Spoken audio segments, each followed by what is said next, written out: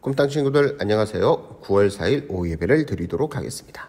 우리 다 같이 사도신경으로 신앙 고백하겠습니다.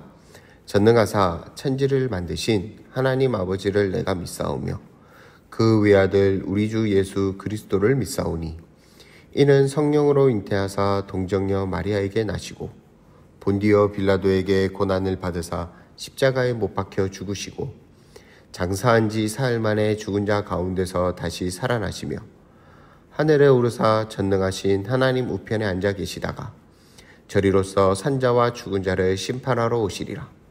성경을 믿사오며 거룩한 공예와 성도가 서로 교통하는 것과 죄를 사하여 주시는 것과 몸이 다시 사는 것과 영원히 사는 것을 믿사옵나이다.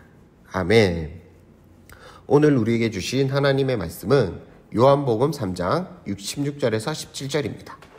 요한복음 3장 16절에서 17절 말씀입니다.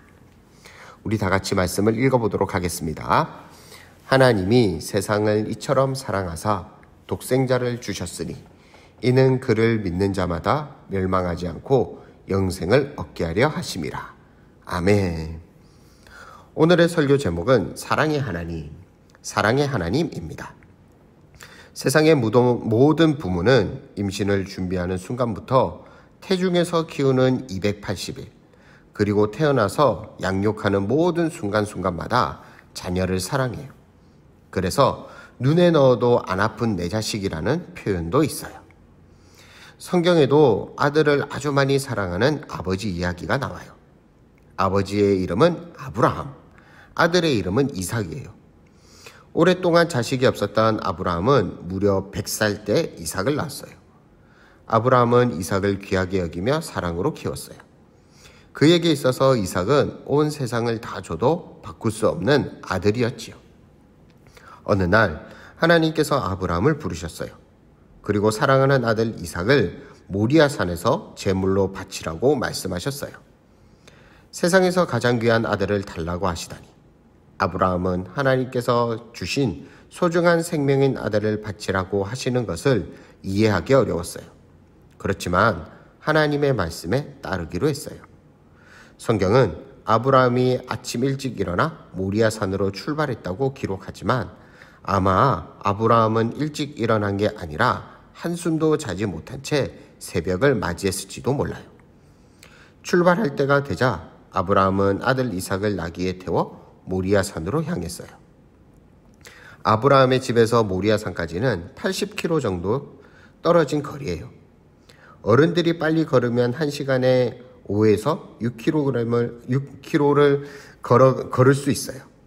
그러니 40km면 어른들 걸음으로 8시간에서 9시간 정도면 충분히 갈 수 있는 거리예요. 아브라함의 집에서 모리아 산까지는 천천히 걸어가면서 쉬고 밥도 먹고 잠도 자고 하더라도 하루, 아무리 늦게 걸어도 이틀이면 충분히 갈 수 있는 거리였어요.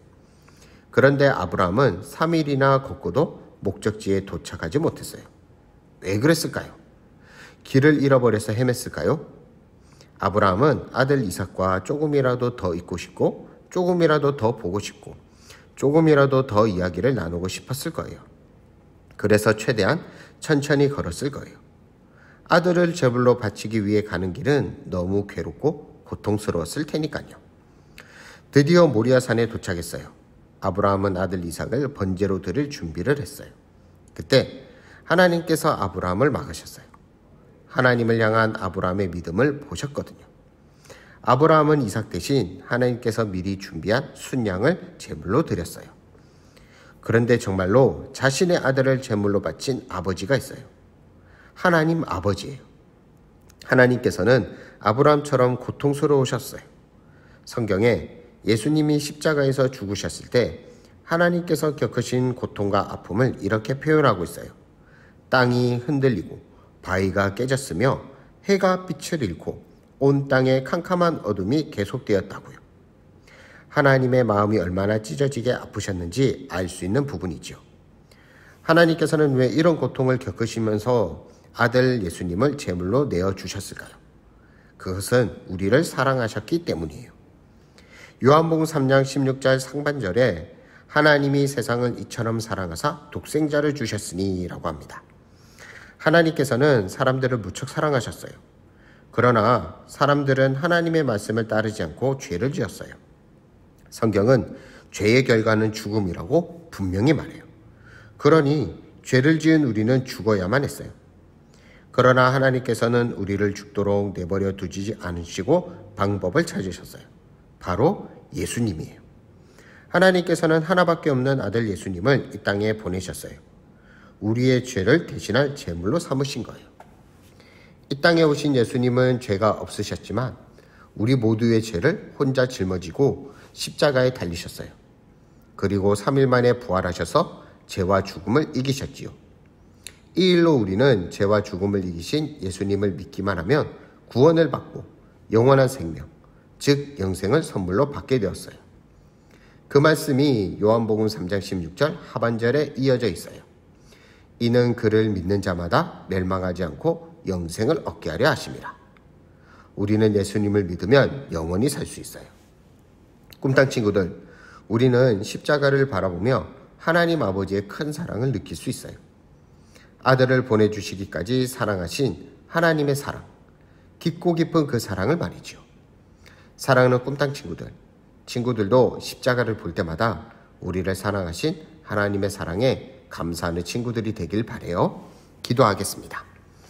하나님 아버지 감사합니다. 오늘 말씀을 통해 사랑의 하나님에 대해서 배웠습니다. 우리는 죄로 죽을 수밖에 없지만 하나님 아버지는 독생자인 아들 예수님을 이 땅에 보내주시고 우리를 대신해 죄를 짊어지시고 십자가에 달려 죽으시고 3일 만에 부활하신 것을 알게 되었습니다. 죄와 죽음을 이기신 예수님을 믿고 구원받아 영생 얻는 우리 친구들이 되게 해주시며 그 사랑의 하나님을 기억하여 이번 한 주도 하나님과 함께하는 우리 친구들 되게 해주세요. 이번 한 주도 하나님과 함께 해주실 줄 믿사옵고 예수님의 이름으로 기도합니다. 아멘. 주기도문으로 예배를 마치겠습니다.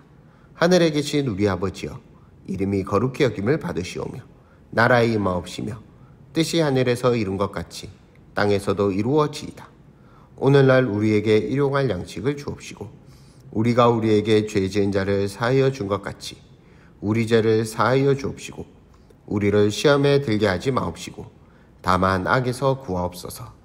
대개의 나라와 권세와 영광이 아버지께 영원히 있사옵나이다. 아멘. 오늘도 복수 문제가 있습니다. 오늘의 설교 제목은 무엇인가요? 아들 이삭을 제물로 바친 아버지 이름은 무엇인가요? 아브라함처럼 아들을 제물로 바친 분이 있어요. 그 사람은 누구인가요? 자, 오늘도 정답을 댓글에 달아주세요. 그럼 다음 주에 만나요. 안녕.